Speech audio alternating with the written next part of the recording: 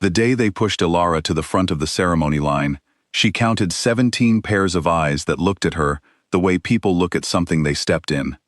She counted them the way another woman might count blessings. 17. She filed the number away and said nothing, because silence was the longest sentence she owned, and she gave it to all of them. The ceremony was called a presentation. Every unmated woman of age stood before the visiting Alpha King and was formally acknowledged. It was supposed to be an honor. For Elara, it was the beta's wife's idea of a joke. Shove the ward to the front. Let the crowd see what the pack had been tolerating for 8 years. Let the king see it too. The beta's wife had a gift for cruelty, dressed as ceremony. Elara stood in her place. She wore the one good dress she owned, dark blue, hemmed twice because it had originally belonged to someone taller. Her hands were folded in front of her. Her face was the face of someone listening to a language they already know, but will not confirm they speak. The Alpha King, Caden, sat at the head of the ceremonial table, like something carved rather than born. Not handsome in any way that was comfortable. Handsome in the way that made a person feel briefly stupid for looking directly at him. He had not smiled once since the ceremony began. His eyes moved over each woman presented to him, with the attention of someone reading a document that would have legal consequences. When his eyes reached Elara, they stopped. Not in the way eyes stop at something beautiful or something strange. In the way a compass needle stops when it finds what it was built to find. Behind him, not physically separate, more like a quality of the air at his shoulder, his wolf manifested. Every Alpha King's wolf could do this in ceremonial spaces, appear as a shape, a presence, a visible extension of the animal beneath the man. Caden's wolf was silver-black, enormous, with eyes the color of iron before it rusts. The wolf looked at Elara and went still. Not calm still, not resting still. Still in the way a river goes still, right before it changes direction entirely. Nobody else noticed. The crowd was already murmuring at the sight of her. The ward, the silent one, the wolfless girl they'd passed around like furniture that didn't match any room. The murmuring was familiar to Elara. It had a particular texture, like boots on gravel. She had stopped hearing it the way people stop hearing traffic outside a window they've lived beside for years. She looked once at the wolf. The wolf looked back. She looked away first, because she was not ready for what it knew, and she had learned that some things were best approached sideways. 3 days later, Marcus, the beta's son, her designated mate, a man who smelled of entitlement and other people's approval, repudiated her in front of the full pack assembly. He had prepared remarks. She could tell by the way he unfolded a small piece of paper before he began. He read them carefully. He listed her failures with the thoroughness of a man who had been rehearsing. Mute, marked by no wolf, carrying no power, unworthy of the beta bloodline. A liability in any alliance. A ward, not a daughter, not a legacy, not anything that belonged. The crowd received his words well. Several people clapped. Elara looked at her hands while he spoke, the specific shape of her knuckles. The scar on her right thumb she had carried since she was 9, the origin of which she had never explained to anyone and never would. Her hands were the whole world for 30 seconds. Then anger arrived, sweet and familiar, like a key turning in a lock she kept inside her chest.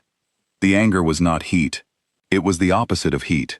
It was the particular coolness of a woman who has decided to let the room be wrong for a little longer because the alternative costs more than she is willing to spend today. She let Marcus finish. When he was done, she looked up. She looked at him with eyes that said, "I have already decided what this moment costs you, and the invoice is not yet due." She did not say this. She said nothing. She turned and walked out of the assembly hall with the calm of someone who has finished with a place and is moving on to the next thing. Behind her, she did not hear the Alpha King clap. Because he did not. What? They exiled her to the border territory 3 days after that. The border territory was a collection of crumbling structures at the eastern edge of Packland. The previous keeper had abandoned it 18 months ago. The roof of the main building leaked in 4 places. The supply store had been emptied and not restocked. The territory itself bordered enemy land on one side and the Alpha King's own territory on the other, an arrangement that was simultaneously the most dangerous posting in the pack, and, if you were paying attention, the most interesting one. The beta's wife had intended it as a slow end. Elara looked at the crumbling buildings and felt something she did not have a name for yet, something that lived in the same neighborhood as relief. She had been exiled before, from inside a room full of people who called themselves her family. This kind of exile at least had a perimeter she could walk. She reinforced the door on the first day. On the second day, she mapped every inch of the territory on paper, her handwriting the size of insect tracks, every tree and stone path and gap in the fence recorded with the focus of a woman, building something no one had asked her to build. On the third day, she repaired the roof. On the seventh day, she reorganized the supply store with what she had carried from the beta house in a single bag, which was not much, but was everything she actually owned, because nothing else in that house had ever been hers. She built something in the ruins. This was what she did with things that were broken. She did not fix them back to what they were. She built forward into what they could be. She did not know yet that the territory's eastern border pressed against land that the Alpha King patrolled himself. She found out on the 14th day, when she looked up from the fence she was repairing and found a silver-black wolf sitting 10 feet away, watching her work with the patience of something that had been waiting considerably longer than 2 weeks. The wolf visited every day after that. It crossed the border each time without ceremony, which was, Elara thought, an interesting thing for the extension of a king's soul to do without permission. She said nothing about it. She continued working. The wolf continued watching. This arrangement lasted 11 days and developed its own strange rhythm, like two people sharing a kitchen in silence, because words would make the whole thing awkward. On the 12th day, the Alpha King himself arrived, officially, to inspect border defenses. He found Elara on the threshold of the main building, on her knees, laying a new stone step she had cut herself from material quarried 200 meters east. She was pressing it into mortar with both hands. She had mortar on her face. She did not stand up when he arrived, because the step needed another 30 seconds of pressure, and she was not about to ruin a morning's work for ceremony. Caden stood in the entrance to her territory and looked at the work she had done to a place he remembered as a ruin. He said, eventually, "You fixed the fence." She pressed the step for another 10 seconds. Then she stood, cleaned her hands on her work cloth, and looked at him with an expression that said, "Yes. Obviously, I fixed the fence. What exactly were you expecting?" She said nothing. His wolf, appearing at his shoulder again, crossed the border and walked directly to her, and sat at her feet, and put its enormous silver head on her knee, with the confidence of something that had already decided how this story went. Elara looked down at it. Then she looked at the mud it had tracked across her freshly relaid threshold. She had spent an hour on that threshold. The anger was a small, bright, specific thing. The wolf looked up at her and made a sound, low and soft, like an apology written by someone who had never apologized for anything in their life, but was making a genuine effort.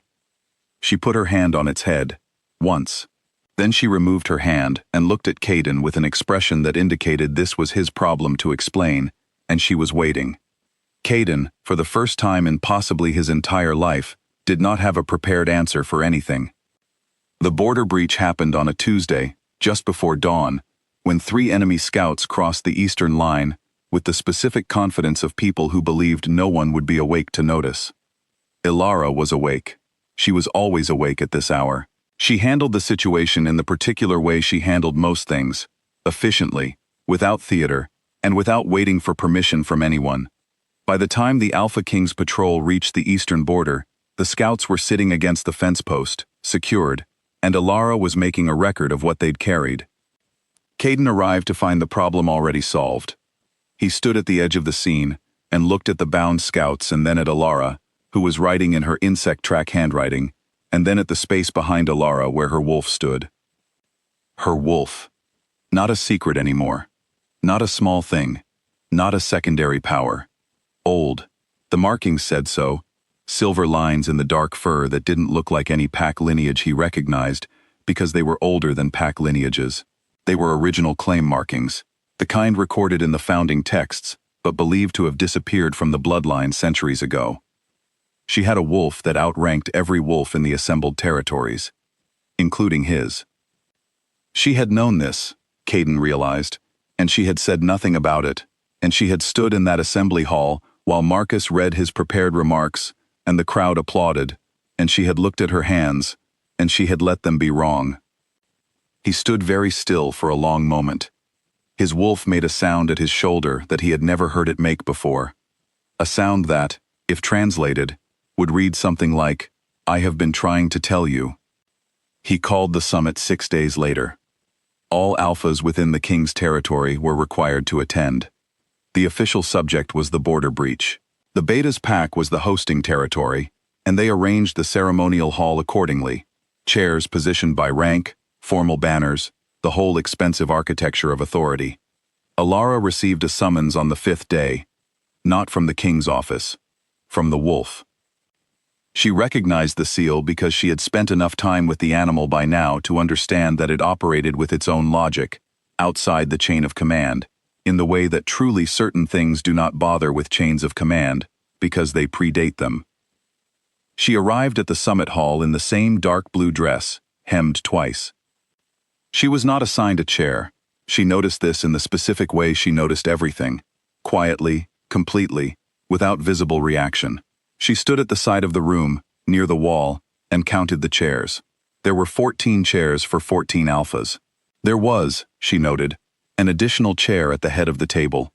An old chair, different from the others, with a particular carved mark on the back that she recognized from the founding texts she had read in the Beta family's library in the years when she was invisible enough that no one bothered to limit what she read. The chair was empty. It had been empty, she suspected, for some time. The summit began. The Beta's son sat 3 seats down from Caden's right hand, arranged in the place of a man who believes the ceremony is happening around him. Caden sat at the head and looked at the assembled alphas, and looked at the documents on the table about the border breach, and looked, once, at Elara standing at the wall. His wolf separated, crossed the floor. The room did not go quiet gradually. It went quiet all at once, the way rooms do when something happens that everyone recognizes as permanent, before their minds have caught up to what they're seeing. The wolf crossed the full length of the ceremonial hall. It came to Elara, and it bowed. Not an inclination of the head. Not a small, ambiguous motion. A full bow. Chest to the ground. Great silver-black head lowered. Held there, in front of every alpha in the room. In front of the Beta's son with his prepared remarks. In front of the banners and the formal chairs, and the expensive architecture of an authority that had spent years being wrong about her. The room understood before Caden did. Under the laws that predated every pack in the room, when an alpha king's wolf performed a full bow before a woman, it was naming her. It was the oldest legal act in their world, older than summits and ceremonies, and designated seating arrangements. It could not be undone. It could not be questioned. The wolf did not make this gesture symbolically. It made it as fact.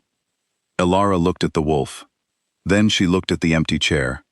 She crossed the floor, which had gone so silent that her footsteps were the only sound in the room.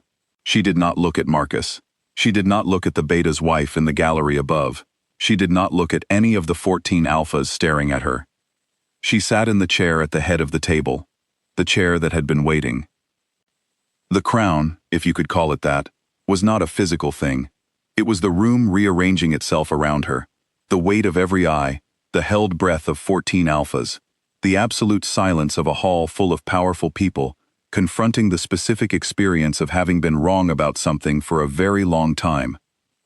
She sat in it the way she had stood in every room for years, completely, without apology, as if she had always been there, and the room had simply needed a moment to adjust. She looked at Caden. Caden looked at her. His wolf was still bowing. She said, in a voice that most people in that room had never heard before, low and even, and carrying the specific weight of someone who spent years choosing exactly when to use it. "You may begin." They wrote her name in the official records that evening, first entry in the founding line in 300 years. Her name, alone. No title attached, no explanation of what she was, or how she had come to be there, or what the previous 8 years had cost. Just the name, in the center of the page, the way things are written when they do not require anything around them to be understood.